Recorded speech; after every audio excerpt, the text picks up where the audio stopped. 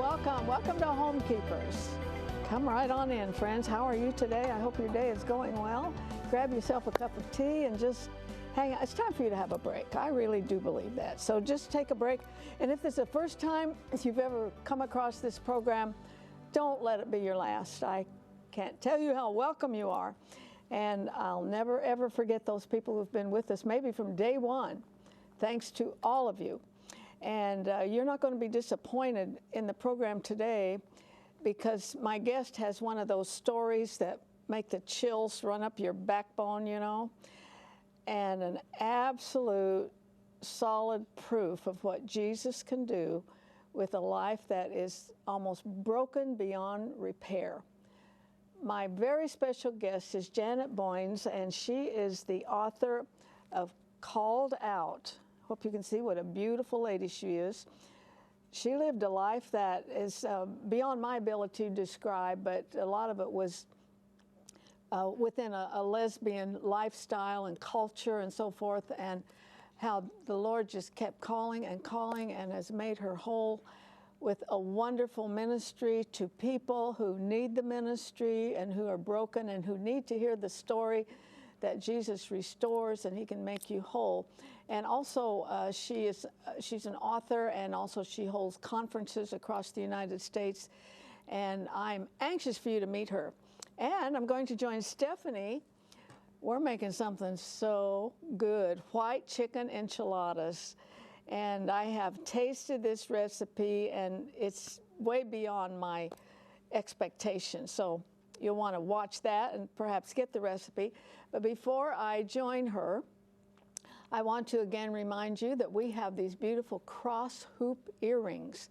And that picture is going to come up on your screen, and you can see how gorgeous they are. And that's for a gift of $15 to the program. And get this, it gets better and better, 2 for $25. And I don't know, I love jewelry that has the cross. It reminds me of the most special thing in my life, really. If you want to use your credit card, it's 1-800-229-0059. Or Homekeepers, Box 6922, Clearwater, Florida, 33758. If you'll contact us, we'll get them right out to you. And now I've joined Stephanie over here. We tasted this one, didn't we? Yes, and I think it's delicious. But I want to talk to you about something. Okay, before we talk about something, let me get the sauce started, because it takes a little bit to bubble up, and then while it's bubbling, we can talk. Okay, because I've never liked these recipes where you start out with a can of cream of chicken or a cream of mushroom. And when I first saw this, I thought that might be what it has. It doesn't. It doesn't. Stay tuned. We have 3 tablespoons of butter, and I'm going to put 3 tablespoons of flour, and I'm going to make a roux. And then once it just cooks for a minute, I'm going to put in 2 cups of chicken broth. Okay? Yeah, and that's not your yucky cream of chicken soup. Right. No, I was thinking about, I was in the store yesterday, how we enable people, and we need to think about, do we enable our kids? Because I saw this lady on a cart in Walmart, one of these electric carts, and she was very, very overweight. And I looked in her basket, and she had 4 cake mixes and 4 cans of frosting. And then you see these people on TV, you know, that weigh 600,000 pounds, so forth, and their relatives enable them. Yes, they bring them the food that is killing them. They bring them pizza and donuts. So I thought, what would I do? What would I do? Do you want to say, Arthelene, what would you do? Arthelene, what would you do? I'd take them a salad and say, you're having 1,200 calories today, and if you want more, then you'll have to. And people think that's mean, but I don't. And then this morning, I saw a father with 8 children, and he said, if any of them want to go to college, they got to pay for it.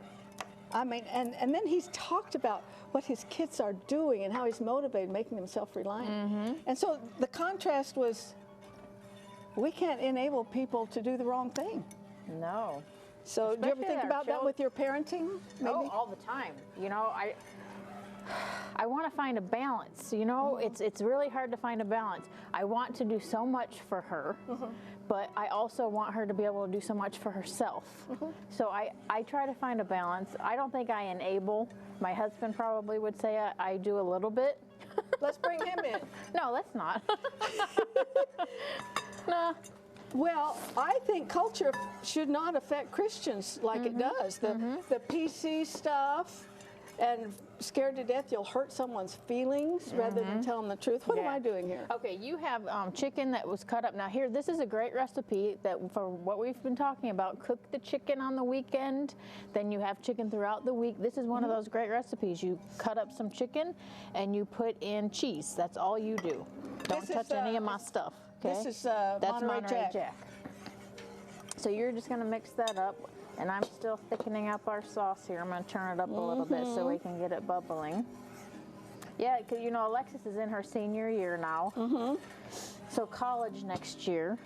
You know, and because of the debt, you know, repayment plan we've been on and everything, I don't want Alexis to start out her life with, you know, $100,000 of student debt. So we're trying to teach her, you know, about, you know, scholarships and grants and that she's going to have to work and that she's going to, yep. Scholarships. Yep. We come did to those start a college fund for her when she was born. So we are contributing some. Yeah. But it's already it's sad there. when these kids come out. Oh, Come out it with, makes me sad. with so much debt. Oh, yeah. That's the American I way. talked to some parents, and their son went to college to be a lawyer and had over $100,000 worth of debt when he got out of school. I'm like, talk about starting life burdened. Yeah. Burdened and weighed down. All right. Do you want to put this stuff in? You're bubbling. Yes, I'm bubbling. So it should thicken up a little bit more since we're on a little time crunch. I'm rushing it here. Let me take it off the... Does this go in there too? No, now stop touching my stuff, Miss Rippy. Quit. Okay. You can spray the pan. All right. I'm good at that. Okay, so I'm putting in sour cream, and I'm going to put in a can of chilies. Yummy, yummy, and yummy. I can't wait to taste this. Oh, I just tasted the sauce It was before it baked. so delicious. This is one I would fix. Because she's going to show you how to roll these up. Yes, I'm just getting this mixed up real quick. And you roll the chicken and the cheese. You roll the chicken and the cheese in the tortillas. And then do you pour that over? And then you pour this over, and then you put the cheese on top of it. So I washed my hands, so I'm just gonna. So you just do 8 tortillas. Now this is another great recipe. You could double this and have two dishes of it and feed a bigger family. I have a feeling the crew. Oh yeah. You just put it in there, roll it up, and put seam side down. That is one of the best we have ever done. So good. I cut you some. Okay. So you roll it like that, and then you pour that over it. Isn't that wonderful? Oh my gosh. It's the sour cream and the chilies that does that. Yeah. It's just so 8 tortillas, roll them up, stuff them, roll them up, seam side down. Pour the this sauce on over, put cheese on top of it, and then you bake it. And see how beautifully it turns out. You bake it, and then you turn on the broiler for a few minutes and brown And you bake it for how long? 20 to 25 minutes on 350. Yes, and that the information is coming up on the screen. If you want the recipe, this is a good one. You want this one. You want this one. You can email us. That's the best way to do it. But if you don't have a computer, write to me. I'll send it to you. No cost at all. Now stay with me. I want you to meet Janet Boynes. You will love her. I promise you.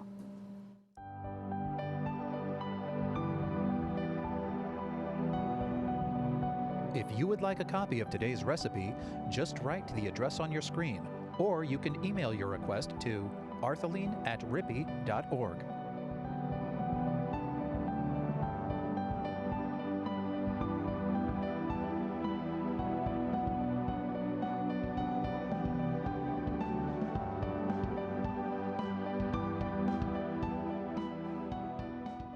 Very, very anxious and thankful to introduce to you Janet Boynes.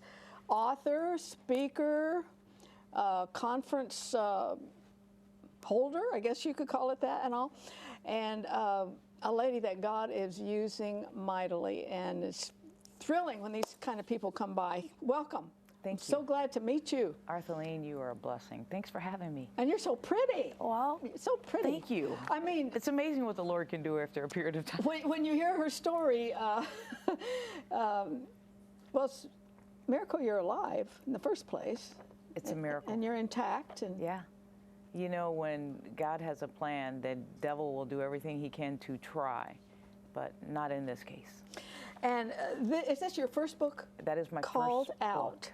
Yes. And you have another one that is hot. It's so hot off the press we couldn't get one in time. On Friday, it's called Arise. The Rise. Arise. Arise. Okay. Arise. Yeah. You know what? I'm just going to ask you to tell your story, the kind of family you were born into, and you could do a whole lot better job. I've read it, I know it, but yeah. You tell it. I was raised in a family of 7 kids, 4 different fathers. You know, when you were raised in a family of 7 kids, 4 different fathers, a lot of confusion comes in your life because you have all these men that are coming into your home and you don't know who is what. But the father that raised me, fathered the 3 under me, he was an alcoholic and he abused my mother. And when you're abusing someone's mother, in turn, I became the abuser. So I would go to school and start beating up all the boys at school and getting kicked out of school and hated not only by my peers for beating them up, but I was hated by my teachers, by the principal. They never wanted me in school. Matter of fact, they tried to send me to a Catholic school. Nothing against Catholic schools. It's just they didn't want me around because I was beating up everybody and I could not stay in school. But it just so happens that there was a 8th grade English teacher who took me under her wing. She kicked me out of her class and then made me come after school to make up all my classwork. But when Sandra, this woman, heard about what was happening in my childhood, she took me under her wing. And she said to me, Boynes, you have so much potential. Well, when you're being raised by a mother who's not only domineering, who's controlling, who called you every name in the book, who beat you butt naked and, you know, with extension cord and broom handles, anything she can get her hands on. Even though I have a wonderful relationship with my mom, she realized my story is helping a lot of people, so I have her permission to tell it. But when she heard about my life, she literally took me under her wing and spent a lot of time with me. And I was blessed by that. I wanted to ask you, maybe at that time in your life, if you looked up the word bully, your picture would be there. Yeah. And, but which is the most painful, the beatings or the verbal abuse? It goes right to the soul. I think it goes hand in hand, you know, because the beatings for me was a way of me knowing my mom loved me. Because she didn't hug me, she didn't tell me she loved me, but whenever I got beat, that's when I got a response from her. You got some attention. I got a lot of attention, which I was lacking.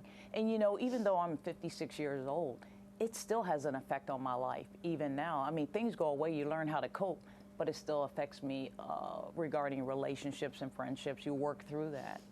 But the abuse, on the other hand, the verbal abuse, the low self-esteem, the self-worth, not feeling like I have high expectations. And, you know, you carry that, you know, in your adult life. And my mom had very high expectations because she was a neatnik. Well, you know, my creative director travels with me and is in my home all the time and lives with me, so she knows how much I'm a neatnik. So a lot of them things I had to work through so I didn't become my mother. Well, it's very understandable that being raised in a home like that, there's tons of confusion. And there was a point in your book that you were engaged to, I guess, a very fine man, but you had had these feelings for women, and you suddenly crossed the line and got into a physical relationship, and that stopped the engagement, the marriage and all. Absolutely. Is there something significant about crossing that line? I know in things I've dealt with in the past with guests and so forth that it seems like it's that tree in the Garden of Eden said, don't go there, don't go there. So doesn't that open up a Niagara of problems? You know, I was a Christian. I got saved in 1990. When I left the East Coast, and my 8th grade English teacher finally told me she was moving on to Minneapolis, Minnesota. I went on to college in 1979. I moved to Minneapolis, Minnesota, went to a college, went back to school, into a Christian school, and then I got saved.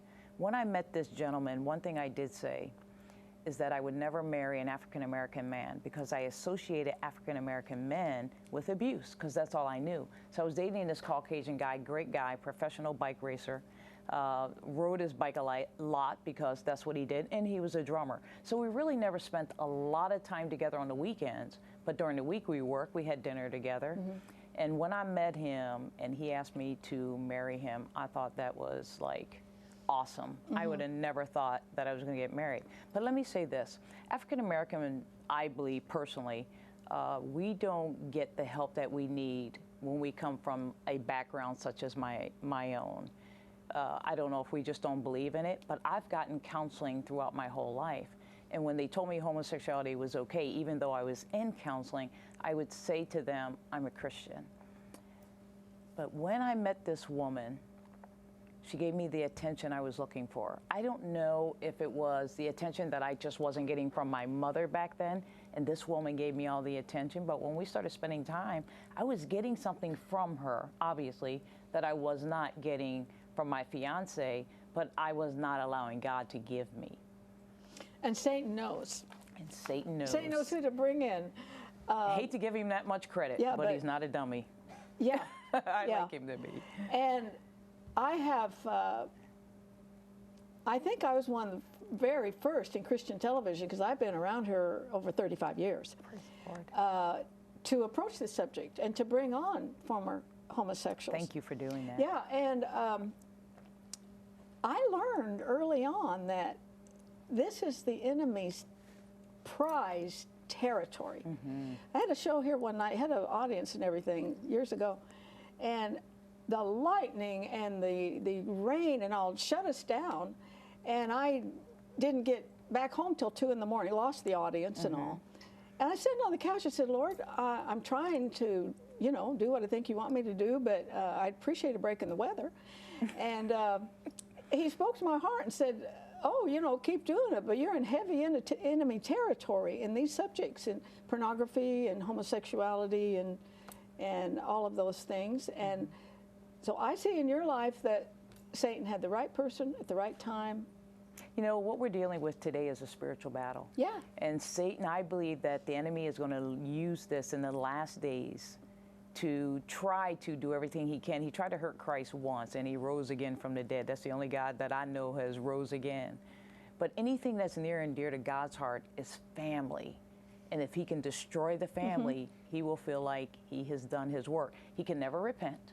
He's going to hell. Why not take many people with him? He's doing what he's supposed to do, is bring confusion upon the earth. And he's doing that. And so many pastors and ministry leaders are on the fence. They don't know what to believe. They don't know what to think anymore. Well, read the word. Hello. Are you kidding me? The Bible talks about rather you, what, be hot or cold? We have a lot of lukewarm Christians. We have people that are walking away from their faith. We have the largest ex-gay organization that is no longer exist. Exodus International. Alan Chambers wind up somehow shutting that down, and now he's on, as far as I'm concerned, on the other end, supporting the gay community. Who does that? Yeah, now, Christians have come out in favor of gay marriage, some of them. So what I'm saying, what I believe is that I have a post, and I am determined to stay on that post and do everything I can to help men and women and keep families together, leave that life of homosexuality. I believe that's what I'm called to do. Well, I believe God's using you in that, and I'm just glad to be someone who can say, hey, this is Janet, I want you to meet her. Thank you. Now, let's see, we got your story. You kind of went into the lifestyle, and there was a period where you just went in with, you know, no abandon. You just, and there was drugs, and there was selling drugs, and that's why with the life you've had, I just, you're so beautiful and radiant. Only God could do. If you hadn't given your life to God, and if you hadn't stepped in, I'm not sure you'd be alive today. You know, if God didn't step in, you know, maybe I would have walked down the aisle with the guy I was supposed to marry, you know. But when I met this woman, I was already in marriage counseling preparing for marriage. And I was at an AG church at that time. And when I met this woman, I walked away from the Lord for 14 years. And the guy that I was going to marry, he's still single. I don't know if it has anything to do with him being hurt, but I know he's still single. And I really have repented and apologized to him for, you know, hurting him and walking away from something that I believe God ordained at that time. But with the enemy made for evil, God turned around and now he's using it for his glory. So I'm excited about that. There's another area of this I think people sometimes get curious about, because you were a bully and a tomboy, and you dressed in, there are a few pictures in here, I think. Yes. Of, do you have that photo? no, I don't have it ready to put up. Okay. But you dressed in a very masculine style and all. And another thing I've noticed in working with this kind of thing from time to time, it's not anything steady, but God kind of brings out the femininity and he bring out the masculinity. I've seen that happen. Have you thought about that? You talking about me coming from looking so masculine to looking very feminine? You know, I believe that the way I look today was God's intent.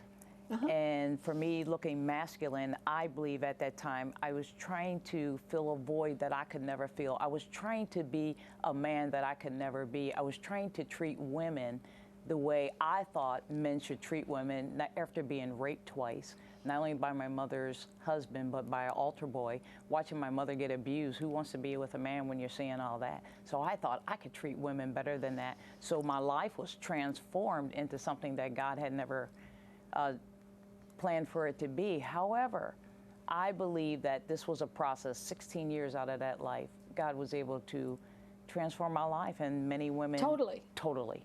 What a transformation. And I can understand the psychological dynamics that put you on that path if you were raised like she was, and it is in this book. It's called Called Out by Janet Boynes, if you just tuned in, and we're going to get her website up, and I hope you'll write it down.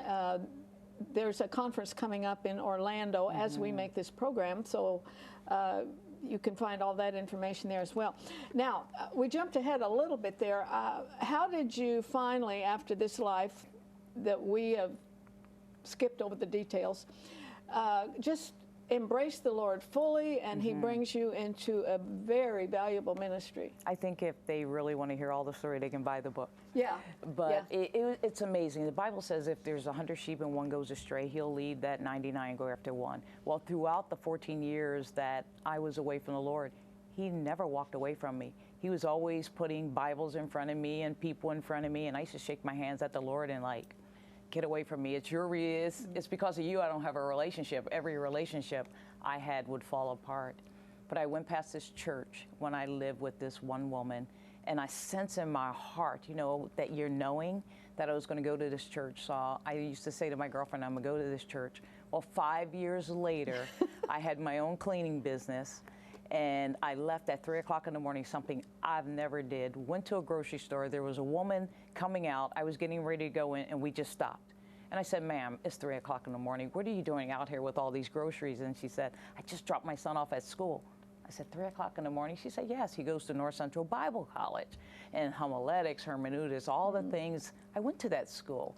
And so we started talking about God and church. And I said, I'm a lesbian.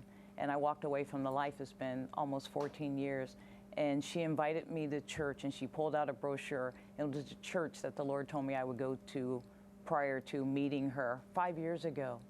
And even before I met this woman, I would lay in the bed and surf the channels, and I would come across this pastor with a mullet. It's like, who is this guy? But every Sunday night at 10:30, I would watch this guy. I know him today as Joel Osteen. He would always say, God loves you. Whatever you've done, you could. It was almost like he was standing at the end of my bed. And between this woman and watching Joel Osteen before I met this woman, I believe God used that to soften my heart and to draw me back in. I wonder how many Christians would have just almost ignored the fact, I'm a lesbian. And she said, oh, I want you to come to church. I was ready. The women, the cars, the drugs, the wonderful job I had was not filling the void. I was so empty. I didn't know what the church would do, but this church, Maple Grove Assemblies of God at that time, really worked with me. The women in the Bible study really helped me, and they gathered around for me and prayed for me and walked this process. This is a journey. Transformation like this didn't come overnight. It took some time, and it took to have great people around me, and me having the willingness to want to change and to live for Christ. And the Lord is as much in the process as he is in the end result. And we have a tendency to watch everything just happen immediately. We have a couple more minutes, and Janet will be on the next show, so be sure that you tune into that. Can you give me a couple of just really great praise reports from these conferences that you hold and from your ministry in general? You know, last year was my first conference, which was done in Minnesota. This year is at Charisma Media. One of the girls that is going to be at the conference, she was struggling with homosexuality, and she's doing spoken word. Her name is Joy. This girl is phenomenal. She's left the life of homosexuality.